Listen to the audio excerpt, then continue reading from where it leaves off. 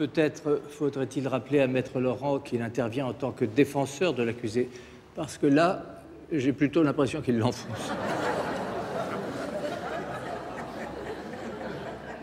Madame la Présidente, peut-être faudrait-il rappeler également à Monsieur l'avocat général que la thèse qu'il soutient est celle du crime passionnel. J'essaye donc de cerner au mieux cette passion dévorante qui aurait poussé ma cliente à commettre l'irréparable. Mais sa seule passion prouvée ici semble être celle des bijoux. Bijoux que Maître Menot lui offrait et qu'il aurait continué de lui offrir s'il n'avait pas été tué. On ne parle que de ça et on ne parle que de lui, de Gérard Jugnot. Gérard Jugnot, métamorphosé en avocat pénaliste pour un téléfilm diffusé ce soir à 20h50 sur France 3. Et il est avec nous, Gérard Jugnot. Bonjour. Bonjour. Merci d'être ici. On est ravis de vous recevoir. Vous êtes ce soir donc le personnage principal dans La Loi d'Alexandre, un film réalisé par Claude Michel Rome. C'est la première fois que vous endossez la robe d'avocat. Oui, c'est un rôle qui a été écrit pour vous. Quand on vous l'a proposé, est-ce que vous avez été impressionné par le rôle? Est-ce que vous avez hésité à l'endosser? Oui, un petit peu. Non. Enfin, en fait, c'est une collection. Josiane Balasco en a fait 3. Ça s'appelait La Loi de Barbara. Moi, je vais en faire 3. C'est La Loi d'Alexandre, qui s'appelle Alexandre. Et puis après, ce sera La Loi de Jean-Pierre, La Loi de Virginie, de Charlotte. Enfin. Et donc... moi, j'avais beaucoup aimé les 3 premiers.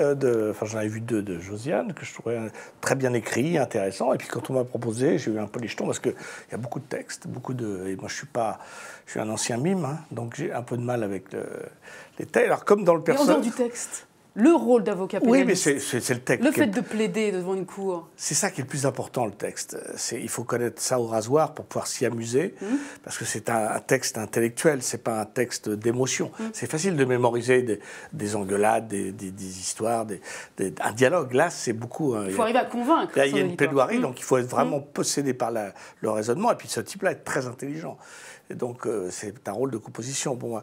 Je vous dis ça parce qu'on n'a quand même pas encore tout à fait l'habitude de vous voir dans ce type de rôle, même si depuis une dizaine d'années, vous les endossez, ces rôles un peu dramatiques, sérieux. On est loin de l'image du Père Noël, on est loin de l'image des bronzés, mais voilà, d'avoir un rôle qui vous est proposé comme celui-là, ça peut faire peur. Absolument, ça m'a amusé. Alors après, est-ce que les gens vont accepter que je puisse être aussi un acteur dramatique, comme on dit? Moi, je crois qu'un acteur peut tout jouer, et c'est ça qui m'intéressait.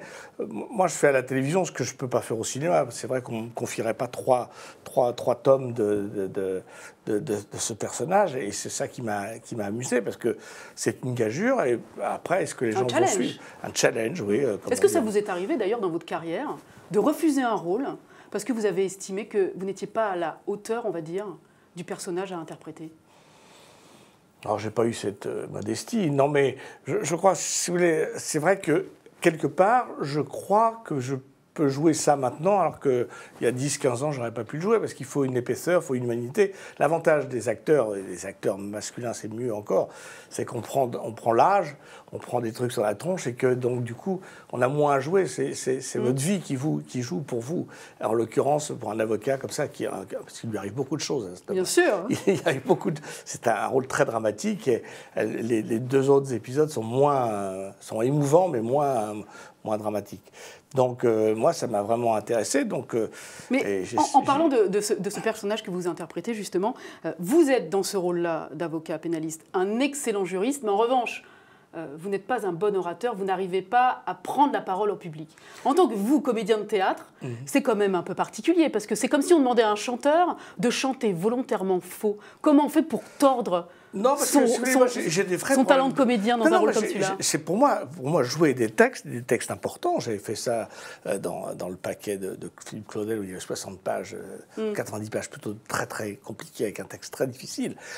Moi, je suis un ancien bègue, j'ai des vrais problèmes de Donc vous avez retrouvé cette fragilité à l'oral? Ah oui, c'était beaucoup plus facile pour moi de jouer le mec qui se gourait que celui qui était très à l'aise avec le discours.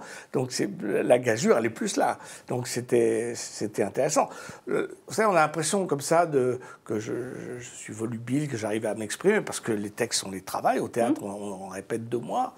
Et moi, je ne suis pas du tout quelqu'un... Si vous écoutez d'ailleurs mes phrases, je les termine assez assez mal, assez peu, je bafouille un petit peu, j'ai des petites hésitations. J'avais fait un sketch quand j'étais môme qui s'appelait, quand j'étais jeune, qui s'appelait Proverbe, où c'était l'histoire de quelqu'un qui n'arrive pas à parler. Donc moi j'ai un vrai problème comme ça de diction. Et ce qui était amusant d'ailleurs, c'est qu'ils l'ont retranscrit dans ce téléfilm. Et ce qui est beau aussi, c'est que c'est une plume. Lui, c'est la plume, c'est quelqu'un qui... C'est lui qui écrit les plaidoiries de son associé. Ouais, et l'autre... Qui brille, justement, à travers ses mots. A des talents d'acteur que moi, je n'ai pas, ou qu'en tout cas, que j'estime pas avoir, et que je vais peut-être découvrir grâce à cette histoire dramatique qui va arriver à ce faux frère que j'admire, et qui est en fait une pâle ordure, quoi. Revenons à cette métamorphose dont je parlais tout à l'heure, de cette image maintenant dont vous avez réussi à vous décoller, on va dire, cette image du français moyen, cette image du beauf, diront certains. Aujourd'hui, quand vous choisissez un rôle comme celui-ci, est-ce que vous pensez déjà en amont à l'effet de surprise que vous allez créer sur le public? Est-ce que vous cherchez le coup de bluff? Oh non, enfin, je serais prétentieux de dire ça. Non, je cherche moi à m'épater le premier. Est-ce que je vais y arriver? Est-ce que je vais être crédible? Non, j'avais vraiment les jetons, et puis je crois que ça marche pas trop mal. Et puis là, j'en ai fait un autre, et puis je me suis régalé, bizarrement. J'avais très peur de ces trucs, la robe, le côté... Et finalement, c'est un grand plaisir. Mais vous amusez pas de l'effet que ça produit? Vous savez, moi, ça fait une quarantaine d'années que je fais ça, oui. Et tous les 2-3 ans, on me dit tu prends un virage. Il y a un virage dans la oui, carrière. parce que ça fait pas très longtemps. Il y a eu le virage de Tandem, après il y a eu le virage de l'époque formidable, après il y a le virage de M. Batignolles, il y a eu le virage des choristes. Je passe ma vie à faire des virages, donc je vais bientôt être malade en voiture. Non, moi, ce qui m'amuse, c'est de faire ce que je ne sais pas faire, ou d'aller dans les endroits où mais justement, vous l'avez dit, je fais à la télé ce que je ne peux pas faire au cinéma. Oui, parce qu'on... Est-ce que ça veut dire qu'on va vous voir plus souvent à la télévision? Indépendamment de cette collection, vous serez présent sur 3 épisodes. Je ne sais pas, ça dépend vraiment. Là, moi je l'ai fait parce que d'abord c'est une série événement, hein, parce que c'était Josiane qui était là avant. C'est très bien écrit, c'est réalisé avec un certain confort. Enfin, même si on tourne vite, c'est quand même de la qualité, quoi. Le metteur en scène, Claude Michel Rome ou Philippe Venot, avec qui je viens de tourner, sont des types qui connaissent leur métier. On n'est pas dans du soap opéra. Moi, j'ai pas envie de faire ça. J'ai envie de respecter le travail. Et le travail est plus compliqué pour nous parce qu'il y a beaucoup de choses à apprendre, à mémoriser, puis il faut trouver un personnage. Et c'est amusant de le faire sur trois tomes, puisque c'est cette collection, c'est des histoires qui se terminent, mais il y a quand même un personnage qui reste là. Donc, autant je ne ferai pas ça sur 15, ou 20 ou 30, parce qu'au bout d'un moment, les scénaristes, ils ne s'intéressent plus qu'aux guests, parce que le récurrent, ils ont tout dit, il a juste à gérer les affaires. Alors que là, il y a vraiment des choses à gratter sur un personnage un peu dramatique, qui a mon âge, qui a une petite récurrence à la télévision, mais ça veut dire que peut-être on pourrait être amené à vous revoir dans une autre série, oui, une autre collection. Moi j'ai fait un peu de télé, j'ai fait des choses exceptionnelles comme Alibaba ou oui, c'était il y a déjà 3-4 ans.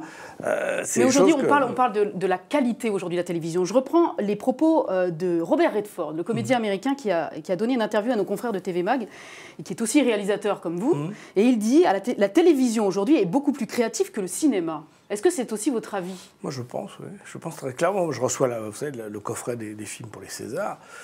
Bien souvent, il y en a sur 150, il y en a 100 dont je n'ai pas entendu parler, et puis il y en a moins 50 qui pourraient être à la télé et moins bien, qui seraient moins bien qu'un téléfilm. Parce que le grand avantage de la télévision, c'est que malgré tout, et surtout, c'est essentiel, les gens font des films et les scénaristes écrivent des histoires pour le spectateur. Au cinéma, parfois, on fait ça un peu trop pour les Césars ou pour la Palme à Cannes ou pour la critique. Donc, c'est un peu dévoyé. Bon, c'est pas ça, moi, j'adore le cinéma. Vous voulez dire que l'écriture est beaucoup plus travaillée avec... oui, elle est obligatoirement accessible au plus grand nombre.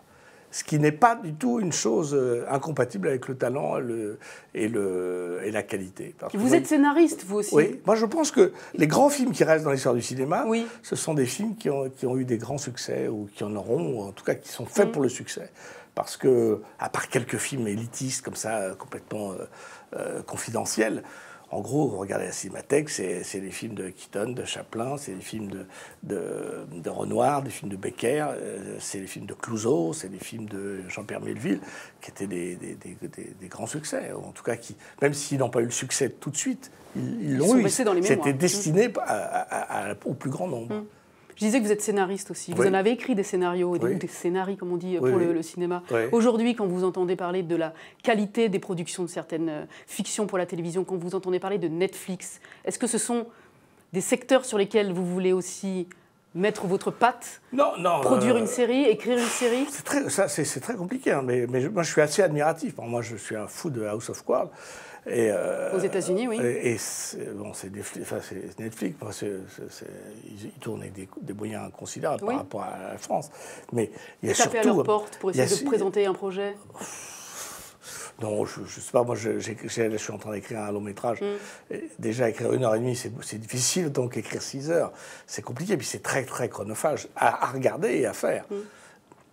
Moi, je suis admiratif de Céline et Martin Guyot qui écrivent ces sujets. La loi d'Alexandre, ils les la loi de écrivent Barbara. vraiment très bien.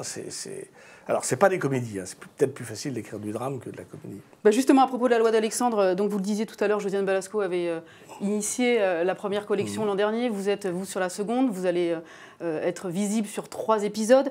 J'ai cru entendre qu'une 3e était envisagée l'année prochaine, avec cette fois-ci Michel Blanc.